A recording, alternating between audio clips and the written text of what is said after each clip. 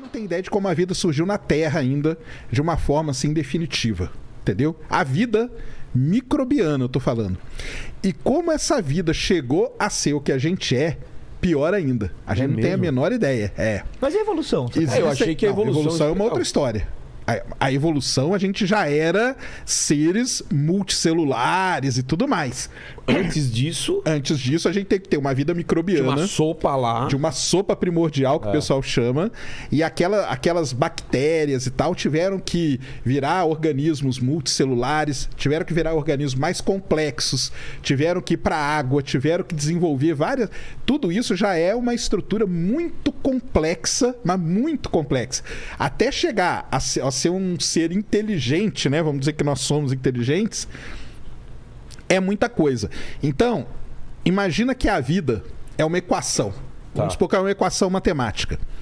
O que você precisa para ter vida? Bem, vamos lá. A gente precisa de 6 elementos básicos. Primeiro, que é carbono, enxofre, hidrogênio, nitrogênio, oxigênio e... água. Não, água é o solvente. Água é o solvente, não. A gente precisa de 6... cientista aqui, né? A gente precisa de 6 elementos básicos. Qual que tá faltando? Potássio. Precisa desses 6 elementos. Precisa de um solvente, que aí o solvente que a gente conhece mais é a água. Mas só isso dá vida? Não. A gente precisa ter uma temperatura certa. Então vamos dizer, qual que é uma das teorias de como a vida começou? Esses elementos eles estavam em poças que existiam no planeta Terra há bilhões de anos atrás e raios começaram a bater.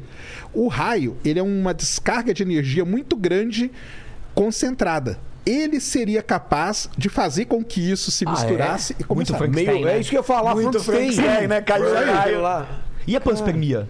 A panspermia é uma outra ideia. A panspermia é que a vida ela é transportada por objetos. Então, cometas, asteroides, eles levam a vida de um lugar para o outro. Tipo o passarinho que... Exatamente. Caiu um cometa aqui com as... Exatamente. Então, já começa por aí. Tem que ter esses 6 elementos, tem que ter água, tem que ter a energia para isso tudo começar. E aí depois, cara, tem muita coisa. Hoje a gente já sabe que para um planeta ser habitável, se ele não tiver placa tectônica, esquece. Por quê? Porque a placa... Todo mundo conhece o ciclo da água, né? Que você aprende ali na 5ª série. O ciclo da água é legal. Só que para a vida, o principal deles é o ciclo do carbono. A vida... Tudo, ó. Só um disclaimer aqui, tá, pessoal? A vida da maneira como a gente conhece. Tá? Se tiver uma vida aí... baseada em silício, por exemplo, aí é um outro papo. Mas a nossa... em Nutella com... E tem até níveis de percepção de inteligência. A gente tem a inteligência que a gente conhece, que a gente não, aí classifica como isso aí é uma outra... inteligência. Isso aí é uma outra... Mas eu nem tô chegando na inteligência. Então, eu tô falando da vida tudo isso que a gente tá falando é baseado no que a gente conhece como vida. Mas calma, por a vida ser muito complexa na Terra, que você não acredita em vida, me explica isso. Cara, então, vamos lá. São variáveis assim que primeiro a gente nem conhece todas. A gente conhece e até, por exemplo, semana passada descobrem uma nova. Hoje pode uma nova o quê? Uma nova variável. É mesmo? Por exemplo, a Lua pode ter tido campo magnético, que é uma novidade. E isso pode ter sido fundamental para a vida. Porque na hora que a Lua tinha campo magnético, o campo magnético da Lua ajudou a proteger a Terra num momento crucial em que o Sol estava muito ativo. E aí deu tempo da nossa vida aqui, ela dá um passo a mais em toda essa cadeia evolutiva, vamos dizer assim. Entendeu? Se não tivesse campo magnético a Lua, talvez a gente não estivesse aqui hoje. Entendeu? Por exemplo, você acha que o impacto de 66 milhões de anos atrás foi bom ou foi ruim? Pra vida? Pra vida. Ruim.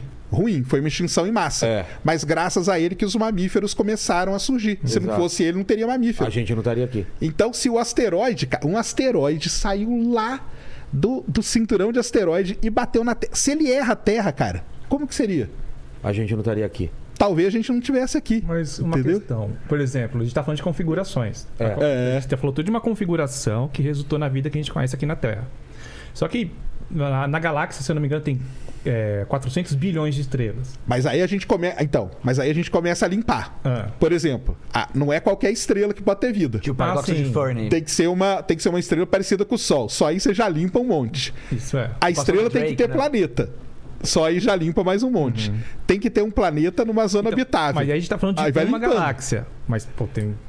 Mas aí você vai limpando, cara. Na hora que você vai fazendo essa limpa aí, vai chegar... O pessoal fala assim, não, mas a possibilidade é infinita. Ela não é infinita. Porque se a gente considerar todas... Aí, Mas você acha grande a possibilidade de ser só a gente, Sacani? eu acho, cara. Sacani, você trabalhou na UFO, você achava isso também? É sério, Calma, você acha, mas aí você deu um pulo muito grande.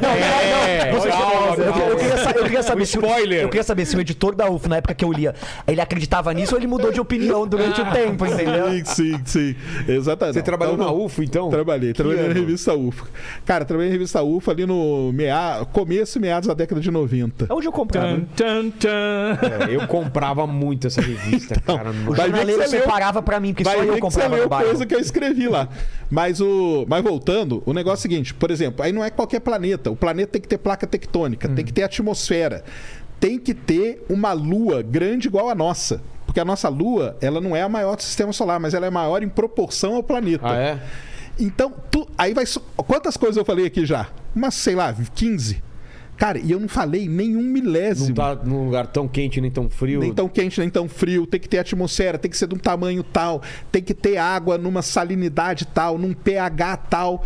Tudo. Aí você vai colocando essas variáveis todas, cara. No final, você pode concluir que a vida é meio que um acaso, cara.